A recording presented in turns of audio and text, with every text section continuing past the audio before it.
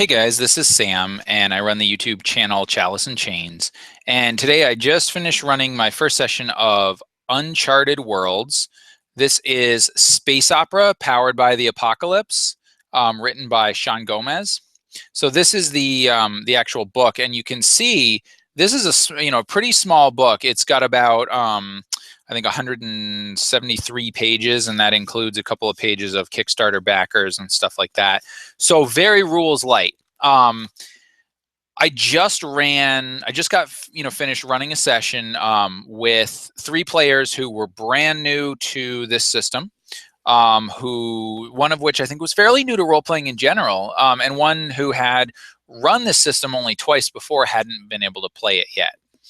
It was my very first experience with any powered by the apocalypse game, and I got really good feedback. It went, I think, really well. What's really great about Uncharted Worlds in particular is that this is a game that you can literally pick up and play as a player with absolutely no experience. In fact, the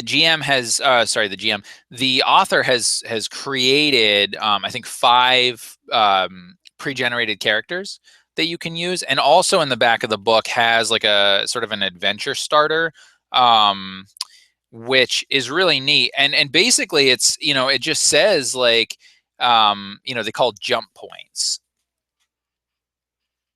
So I don't know if that's easy to see or not. Anyway, it's basically like, it's literally a page and a half, right? That's all you need with Uncharted Worlds. You basically just need an idea.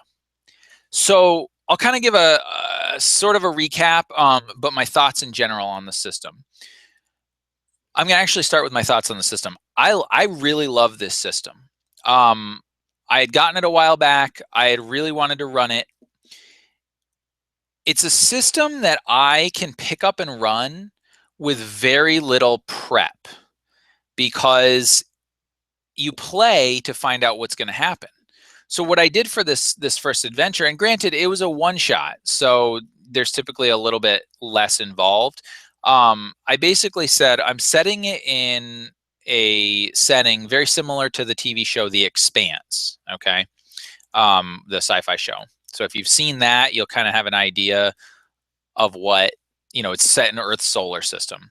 There is a job that you've been contracted to complete by one of the factions, which is a thing in this game. You have to go find a lost mining ship. And there are the United Nations Alliance, which kind of controls the inner planets. There's the Colonial Authority, which controls the outer planets, and there is the Belters Union, which is sort of deals with the asteroid belt and the people that live and work in there. Those are the factions, right? And so basically, I just had this idea in mind. I said, this is what we're going to do, set up the adventure, and we went with it.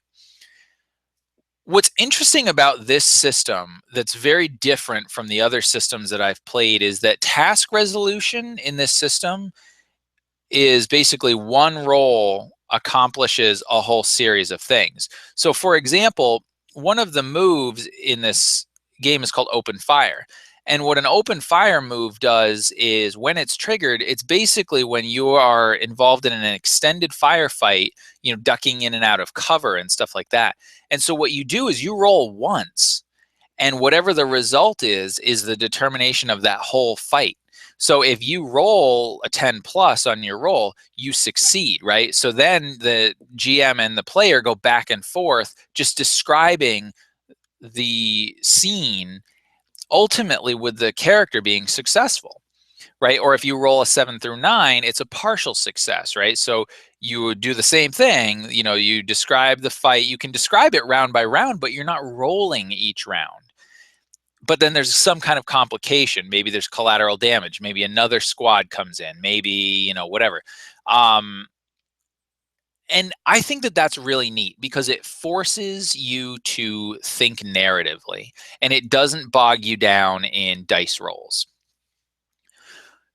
So I'm not going to do like a mechanics overview. It's powered by the apocalypse, but it's even, I think, simpler than core Apocalypse World or even Dungeon World. Check it out. Uncharted Worlds is a great system. The biggest takeaway for me is that because it's a collaborative story environment, you have to have players that are going to buy into that type of game. Okay. So that can be kind of a shift from, your sort of typical D&D player where they're very used to the mechanics dictating how they play the game. Now, I'm not saying that's with every D&D player, but a lot of them are like that, right? Where what this does is the narrative dictates the mechanics. And that's a huge difference, right? That's a major mind shift. So, I don't think that I use the proper moves every time. And I was still thinking a lot about when to apply this move and do I need to do this here. And so I may have called for dice rolls when they weren't needed. I may have missed dice rolls when they really should have been used. I don't know. Overall, though, it was a fun experience and it felt like a movie or a sci-fi story playing out before our eyes. So I think that's a huge strength of Uncharted Worlds. So I would recommend that anybody who wants to play in a sci-fi or space opera setting that really doesn't want a rule set that's going to bog you down and crunch and minutia and a lot of rules, right? And that really focuses on and enforces collaborative narrative style gaming between you and your players, pick up Uncharted Worlds. It's great. Now, right now, it is just a rule set. I know the author is working on, a little bit of an expansion to the rules, and I think he might be working on a little bit of a setting book as well. But what's great about this is this can be plugged into any setting, really, any sci-fi or any kind of space opera setting. So you could very easily run Star Wars using this rule set. You can very easily run Firefly, Battlestar Galactica, The Expanse, which is kind of what my game was done, set in today. You can run Starship Troopers. You can run really any of those, Star Trek. You can run any of that. And I think that's a huge positive advantage of the system. I've linked the video, the actual play below. Check it out. Let me know your thoughts. I'm definitely going to be running this system a lot more. I'd like to play the system too, to be honest, because there's a lot of versatility. And I would highly recommend that you pick it up. I think the PDF is $10. You can get I think the whole package. You can get the PDF and the book total for 25, or just the book for 15 on Drive-Thru RPG. So watch the video. Let me know what you think. If any of you guys have played this game before, or let me know what your thoughts are. I'd be really curious to see what people's experiences are playing this game and running this game. And if you want to get in any of the games that I'm going to be running, I'll probably run a series of loosely connected one-shots. Let me know that too. You can comment on the video here. I'll post this up on my Facebook page, Chalice and Chains.